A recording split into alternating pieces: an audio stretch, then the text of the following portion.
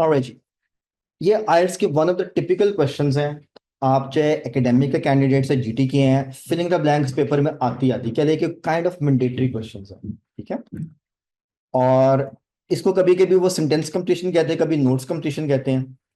जैसे हमने लिसनिंग में किया है, एग्जैक्टली सेम फॉर्मूला करने का, ठीक है। चीज याद रखें, बस टेक्निक बताने लगा हूं। अगर आपने टेक्निक फॉलो कर ली, we are good to go. जब भी आपका आता है ना नोट्स कंप्लीशन या सेंटेंस कंप्लीशन आइल्स की रीडिंग के पेपर के अंदर, एक चीज तो कंफर्म है कि it is going to go in a sequential order. इसमें कोई शक नहीं। जहां पर 8 का आंसर मिलेगा, 9 10 11 उसके आगे मिलेंगे। मगर ये कोई शर्त नहीं कि वो कंसेक्यूटिव पैराग्राफ्स में होंगे। अगर एक आंसर आपको बी में मिला है, तो दूसरा आंसर की कोई शर्त नहीं कि वो सी में होगा, वो हो सकता है डी या ई में जाके मिल जाए। इसलिए यहां पर कीवर्ड मार्किंग प्राइम है। अगर आपने क्वेश्चन का कीवर्ड अच्छे से बनाया है, you will able to locate the answer. जैसे यहां पर भी कई वर्ड्स 14,000 17,000 8,000 आपको क्लियरली नजर आ रहे हैं। So that can give you the jump in the paragraph. Making sense? ठीक है। मैं सिर्फ आपको पहले क्वेश्चन का हिंट दे दूंगा, उसके बाद सीक्वेंस में आपने जाना है। फॉर एग्जाम्पल, यहाँ पे लिखा है जी आर्कियोलॉजिकल फाइंडिंग्स इन ओबी, और पहली स्टेटमेंट में लिखा है जी एक्सकवेशंस ऑफ रॉक शेल्टर्स, ठीक है। ये वाला वर्ड ज्यादा बेहतर है, डिगिंग या माइनिंग की जगह भी है। आर्कियोलॉजी की बात है कि तो एक्सकवेशन का वर्ड हम यूज करते हैं, ठीक है। एक्सकवेशन का मतलब भी खुदाई होता है। Excavations of rock shelters inside dash near the village of Kilo revealed। मुझे ये बता दें कि रॉक शेल्टर्स का रेफरेंस कहाँ पे है पूरे टेक्स्ट के अंदर। सबसे पहला रेफरेंस कहाँ पे है? थर्ड पैराग्राफ में। ऑलराइट, मुझे लाइन पिन पॉइंट कर देंगे? परफेक्ट हो गया। थर्ड पैराग्राफ की सेकंड लाइन में यहाँ पर केव्स का और किलो शेल्टर्स का जिक्र है। इसका मतलब कि आपके जो नोट्स कंप्लीशन है यहाँ से स्टार्ट हो रहे हैं। बस आगे अब आपने करना है, ठीक है। यहाँ से फॉरवर्ड सीक्वेंस में कितने क्वेश्चन है उसके अंदर मैं आपको उतने मिनट्स दे दूंगा। How many question are there? 8 6? Alright, 8 9 10 11 12 आपके पास 6 मिनट है इसको सॉल्व करने के लिए। 8 टिल 13 सारे आंसर्स निकालने हैं। थर्ड पैराग्राफ से स्टार्ट हो रहा है, और आंसर वन वर्ड का है, और कॉपी एंड पेस्ट करना है, ठीक है जी। 6 मिनट के बाद आपसे बात होती है। Let's do the answers first, ठीक है। मैं साथ साथ आपको रेफरेंस देता जाऊंगा, just for the sake of reference. आप सबसे पहले क्या करें, अपना जो आर्टिकल है इसको ABCD लेबल कर लें अपने हाथ से, ताकि जब मैं आपको पैराग्राफ नंबर दूं तो आपको पता हो कि मैं किस पैराग्राफ की बात कर रहा हूँ। पहला पैराग्राफ ए, दूसरा बी, तीसरा सी, चौथा डी। पहले पैराग्राफ पे ABCD लिख लें, और सेकंड पैराग्राफ पे वही EFGHI। आपका लास्ट पैराग्राफ आई होना चाहिए, आई फॉर इंक, ठीक है। अपने हाथ से लेबल कर लें, ये एग्जाम में नहीं करना, ये सिर्फ हम प्रैक्टिस के लिए करें, so that when we talk about the reference you know कि किस रेफरेंस की बात हो रही है। ओके जी, I give you the answer and I will give you the reference. आपने करना ये है कि आंसर अगर करेक्ट है तो गुड, अगर आपका आंसर गलत है तो उसका रेफरेंस यहाँ पे साथ लिख लें। जो लाइंस यहाँ पर लिखी है मैं कोशिश करूंगा कि इसका भी रेफरेंस आपको दे दूं, ताकि आपको पता हो कि सीक्वेंस में कैसे चल रहा है। क्वेश्चन नंबर 8, इसका आंसर है जी केव्स, CAVES। और ये आपको मिलेगा पैराग्राफ सी में लाइन नंबर 1-4। ये क्वेश्चन के साथ ही लिख लें अभी। ये लिखना इसलिए जरूरी है क्योंकि यहाँ से टेक्निक समझनी आसान हो जाती है, ठीक है। लिख ले, मैं भी चले साथ साथ टाइप करता जाऊँ ताकि आपको अच्छे से समझ आए कि वो टाइम नहीं है इससे। तो फर्स्ट का रेफरेंस है C 1-4, ऐसे लिख लें। ये जो आपकी सेकंड लाइन है, इवन दो इसके अंदर आपका ब्लैंक नहीं है, मगर इसका रेफरेंस मैं आपको दे देता हूँ ताकि आपको लगे कि सीक्वेंस कैसे चल रहा है। ये आपका है सी में। अगेन इसके दो रेफरेंस हैं, लाइन नंबर 4-5, और उसके बाद लाइन नंबर 8 और 9। ये वाली जो बात है ये दो जगह पे आपको मिलेगी, क्योंकि आधी बात एक जगह लिखी है और आधी बात एक जगह लिखी है। 14,000 ईयर्स की बात जो है वो लाइन नंबर 4-5 में लिखी है, और जो कैनोस की बिल्ड की बात है वो लाइन नंबर 8 और 9 में लिखी है। ये इसलिए मैं आपको बता रहा हूँ क्योंकि आपको समझने में आसानी हो जाएगी कि उसने पैराफ्रेज कैसे किया हुआ, वोकैब कैसे मैच की है। जो आपका क्वेश्चन नंबर 9 है, इसका आंसर है स्टोन, सिंगुलर वर्ड। ठीक है, और इसका जो रेफरेंस है वो पैराग्राफ ई है, और लाइन नंबर है 1-5। क्वेश्चन नंबर 10, क्या आंसर है ये? बोन्स, प्लूरल में। ठीक है, सिंगुलर में तो सिंगुलर में लिखना है, प्लूरल में तो प्लूरल में लिखना है। इसका आंसर आपको मिलेगा पैराग्राफ एफ में, लाइन नंबर 1-3। अब ये वाली जो बात है, evidence of travel between islands, और इसके नीचे जो ये बुलेट है, ये दोनों एक्चुअली एक ही रेफरेंस है इसका, ये आपको मिलेंगे जी में। जी में लाइन नंबर 1-3, और 11 का आंसर क्या है जी? Beads, BEADS, correct. और ये भी आपको मिलेगा जी में, लाइन नंबर 3-5। अब ये जो 8000 ईयर्स वाली बात है, ये पैराग्राफ एच में, लाइन नंबर 1-2 में मिलेगा। उसके जो नीचे लिखा हुआ है फिशिंग वाली बात, ये भी पैराग्राफ एच में है, और इसका रेफरेंस है लाइन नंबर 4-6। क्वेश्चन नंबर 12 का आंसर क्या है? पोट्री, बिल्कुल ठीक हो गया। That is in the last paragraph I, और इसका लाइन नंबर है 1-3, और जो 13 है इसका क्या आंसर है? स्पाइसेस। सेम पैराग्राफ आए, और लाइन नंबर 4-6, मगर अगर इसको अच्छे से समझना है तो लाइन नंबर 1-6 ही सीक्वेंस में आ। मैं इधर आंसर्स भी लिख देता हूँ, आप मुझे बताते थे। नंबर 8 का आंसर था केव्स, 9 का था स्टोन,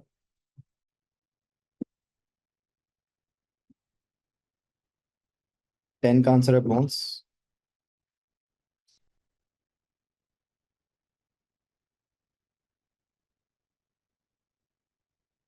11 का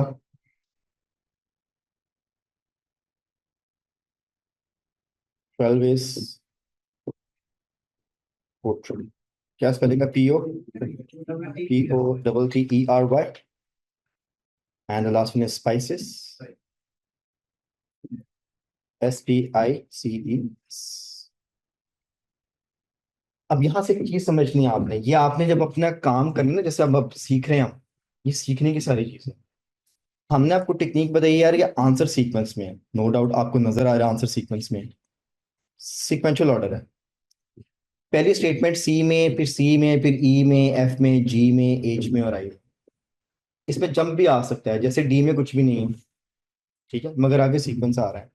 कभी कभी वो क्या करते हैं, जैसे आपको लगेगा यार क्वेश्चन नंबर 10 का आंसर एफ में है, और क्वेश्चन नंबर 11 का आंसर जाके उसने जी में दिया, ठीक है, मगर जी के बिल्कुल लोअर पोर्शन में दिया। और जैसे आपको लगेगा जी के बाद एच में तो कोई आंसर ही नहीं है, और आई में दिया, मगर उन्होंने एक्चुअली इसको कवर किया होता है। ठीक है, तो जब आप प्रैक्टिस करें तो ये चीजें नोट कर लें। बाकी एज पर द इंस्ट्रक्शन हमने वन वर्ड को फॉलो करना था, वन वर्ड आंसर है। आप सर सवाल पूछा, आपने जो भी पूछा था डी वाला और ए वाला क्या था? वो आर्टिकल अगर वो टेक्स्ट में भी किसी वर्ड से पहले लिखा होगा है, तो क्या हम ब्लैंक में वो डी आर्टिकल या ए आर्टिकल लिख सकते हैं? अगर तो क्वेश्चन में ये भी बताया हो कि आप टू वर्ड्स यूज कर सकते ठीक है, ये चीज समझनी बड़ी इंपॉर्टेंट है। कभी कभी आपकी इंस्ट्रक्शन होती है नो मोर देन 2 वर्ड्स, या हम एग्जाम्पल के तौर पे 3 वर्ड्स भी ले लेते हैं। इस इंस्ट्रक्शन का मतलब है कि आपका आंसर 2 वर्ड्स का भी आ सकता है, 3 वर्ड्स का भी आ सकता है, मगर ये लाजिम नहीं कि हर स्टेटमेंट में 2 वर्ड में 3 वर्ड का आंसर आए। वो मैक्सिमम लिमिट है, आंसर 1 वर्ड का भी हो सकता है। जब आता है कि चूज 1 वर्ड, फिर स्टूडेंट के लिए जरा आसानी होती है, उसके होता है कि एक ही वर्ड लिखना है। अब अगर आपके पास ऑप्शन है 2 वर्ड्स की, 3 वर्ड्स की, और किसी आंसर के साथ जहां से आप इसको पिक कर रहे हैं वहां पे आर्टिकल लगा हुआ है, आर्टिकल मीन्स डी, एन और ए का यूज हुआ हुआ है, क्या वो हम लिख सकते हैं कि नहीं लिख सकते? अब इसमें दो चीजें हैं। पहली चीज, आप जब भी किसी आंसर को आके पिक करते हैं और उसको लिखते हैं, आपने मेक श्योर करना होता है कि जो गिवन स्टेटमेंट है, क्योंकि ये पैराफ्रेज्ड है, इसमें कहीं उसने पैराफ्रेज करते हुए वो आर्टिकल यूज तो नहीं कर लिया। या अगर आप इसकी ग्रामर पे जाएं तो ग्रामर को अप्लाई करते हुए कि वो आर्टिकल आना है कि नहीं आना, तो एक तो ये चीज हो जाती है। दूसरी बात आपकी आसानी के लिए, आइट्स में पहले जब पुराने पेपर होते थे, अगर if you talk about the Cambridge books 1 2 3 4 5, अगर आपने कभी वो बुक्स पढ़ी और सॉल्व की हैं, आप वहां पर जाएंगे तो आपको ये वाली इंस्ट्रक्शंस मिलेंगी। वहां पर ब्लैंक्स में, लिसनिंग के पेपर में भी, रीडिंग के पेपर में भी 2 वर्ड्स 3 वर्ड्स इवन 4 4 वर्ड्स की ऑप्शन अवेलेबल है। वहां पर एक तो आंसर्स फ्रेजेस में वो करवाते थे, मगर कॉपी पेस्ट था, और उसमें आर्टिकल्स भी फिल करवाते थे। आहिस्ता आहिस्ता आइट्स वालों ने, मेरा ख्याल है कि पेपर बहुत इजी कर दी। आपका जो आजकल लेटेस्ट ट्रेंड और पैटर्न चल रहा है जिसमें 1 वर्ड आंसर है, उसमें हमेशा वो कोई noun verb adverb adjective fill up करवाते, आर्टिकल्स नहीं फिल करवाते। तो इसलिए तसल्ली रखें कि अगर 2 वर्ड भी आ रहा है ना, तो मोस्ट प्रोबेबली इसमें आर्टिकल्स नहीं फिल करवाते, लिसनिंग के पेपर में भी, रीडिंग के पेपर में भी। But if you come across any content, क्योंकि सारा कंटेंट कैम्ब्रिज का नहीं है, क्योंकि कई बार स्टूडेंट्स को हार्ड प्रैक्टिस करवाई जाती है, वो डिपेंड करता है कि पब्लिशर कौन है आपका। सो देर इज अ पॉसिबिलिटी कि वहां पर उन्होंने आंसर डी के साथ भी लिखा हुआ, एन के साथ भी लिखा हो, तो आपने कंफ्यूज नहीं होना। क्योंकि हमारा जो स्टैंडर्ड या बेंचमार्क है वो आइल्स का है कि आइल्स वाले क्या करवा रहे हैं। बाकी तैयारी तो ऑब्वियसली हम कहीं से कुछ भी कर सकते हैं। ठीक हो गया सर, क्लियर हो गया? ठीक है जी। अब मुझे बताएं कि इनमें से कोई क्वेश्चन आपको स्टिल क्लियर नहीं है, आपको नहीं समझ आ रहा है कि इसका आंसर कैसे निकला है, वो हम डिस्कस कर लेते हैं। अगर क्लियर है तो फिर उसको क्लोज करते हैं। जी, एनीबडी? ऑनलाइन फ्रेंड्स आप में से किसी को बात ना समझ आई हो किसी भी क्वेश्चन की, cave, stone, bones, beads, pottery, spices, अगर हम लाइक नॉर्मली जरा वोकैब को मैच कर लें, मैं टेक्स्ट पे नहीं जाऊंगा, यहां से थोड़ा सा आपको रेफरेंस दे देता हूँ। उन्होंने एक्सकवेशन की थी, ठीक है, और एक्सकवेशन उन्होंने की थी शेल्टर्स के अंदर, ठीक है, और शेल्टर्स एक्चुअली केव्स के अंदर थे, तो एक्सकवेट रॉक शेल्टर्स किए थे इनसाइड। इसलिए अगर आप उस लाइन को ध्यान से पढ़ेंगे तो वो इनसाइड है। बाकी जो लोकेशन दी है वहां पे लिखा है ना इनलैंड, यहाँ पे लिखा था नियर द विलेज ऑफ, इस तरह मैच किया उन्होंने। जब भी आपका आता है ना मेड आउट ऑफ, इस फ्रेज का मतलब ये है कि आपने कंटेंट बताना है, मटेरियल की बात हो रही है। तो x is made out of, अगर आप वहां पे जाएंगे तो कंटेंट में यही आएगा, बाकी तो आगे उन्होंने सिर्फ उसकी डेट का रेफरेंस दिया हुआ है। डैश ऑफ एन एनिमल और एविडेंस, हमने भी कुछ क्वेश्चंस ट्रू फॉल्स के भी किए हैं। तो एविडेंस क्या था कि वो एनिमल्स को हंट करते थे, वो बोन्स मिली थी उनको। अगर आप इस पूरी सेंटेंस की सेंस को वहां पे मैच करेंगे, तो जो एंशियंट इनलैंडर्स थे वो एनिमल्स को as a food source use करते थे। तो एविडेंस की बात आ रही है और आगे कोलन लगा है, तो क्या चीज थी जो कि एनिमल्स को पोर्ट्रे करती? तो ऑब्वियसली बोन्स थी। उसके बाद आ गया G, which resembled ones from other islands. अब ये दोनों मिले हुए थे ओबी आइलैंड पे, क्योंकि कोई वॉल्केनोज नहीं है, तो इसलिए वहां पे ऑब्सिडियन मींस कोई ऐसा मटेरियल नहीं मिल सकता जो कि वॉल्केनिक एश से बने। अगर इनको ओबी आइलैंड पे ऐसा मटेरियल मिला जो कि टेक्स्ट में लिखा हुआ है, जो कि वहां का नेचुरल मटेरियल नहीं है, तो उसकी अगली लाइन में लिखा है कि कुछ और भी चीजें थी जो कि अदर आइलैंड से, क्योंकि इसमें ट्रेवलिंग का जिक्र है। तो फिर which resembled ones from other islands, तो फिर उसका दूसरा आंसर वहां पे बीट्स है, एक ही लाइन में दोनों चीजें लिखी है। अगर आप इस पे जाएं तो वहां पर लिखा था 8,000 ईयर्स अगो जो सेटलर्स आए थे, एक पैराग्राफ में हंटिंग और फिशिंग की बात है।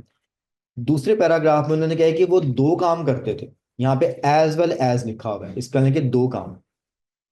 कुछ वो आइटम्स बनाते थे आउट ऑफ मेटल, वहां पे गोल्ड और सिल्वर है। गोल्ड और सिल्वर को अगर मैं जनरल टर्म्स में लूं तो वो मेटल्स की टाइप्स है, और एज वेल एज है तो इसका मतलब कि और क्या काम था, दूसरा उनका काम पोर्ट्री का। और इसी तरह उन्होंने कहा था कि वो ट्रेड करते हैं। अब ये वाला काफी पैराफ्रेज्ड है क्योंकि प्रोडक्शन की बात तो नहीं हुई है, लिखी नहीं हुई है, मगर वो वहां से मंगवा के आगे सेल करे ये भी नहीं लिखा हुआ। तो इसका ना कि वो जो ओबी आइलैंड पे वो जो प्रोडक्शन ऑफ स्पाइसेस है वो एक पैराफ्रेज फॉर्म में आ गया। हाँ, उन्होंने कहा था सेल करते हैं, और यहाँ पे वहां पे लिखा था ट्रेड करते हैं। इट मीन्स ये मैच हो रहा है। सर वहाँ की story trade in spices trade in spices of नहीं आना चाहिए था इसकी जगह पे इन इन स्पाइसेस है ना तो वहाँ वो पे ट्रेड और सेल का वर्ड जो आ रहा है ना, ट्रेड किस में करते हैं, सेल क्या करते हैं, और देखिए उर्दू में भी फर्क हो जाता है। हम इसमें ट्रेड करते हैं, हम ये सेल करते हैं, इसलिए इन और ऑफ। ठीक है। अब अगर इसको आप ध्यान से देखें तो ब्लैंक से पहले और ब्लैंक के बाद सारे वर्ड्स ही कीवर्ड्स होते हैं जो कि आपको एक्चुअली गाइड करते हैं। So you need to be really careful. अब even though filling the blanks बहुत इजी होते हैं, नो डाउट इजी है, बस आपको टेक्निक्स पता होनी चाहिए। सीक्वेंस में है कीवर्ड कैसे मार्क किया और लोकेशंस पे कैसे जाना, then you find the answer. हाँ जी, are we good on this one? ठीक है।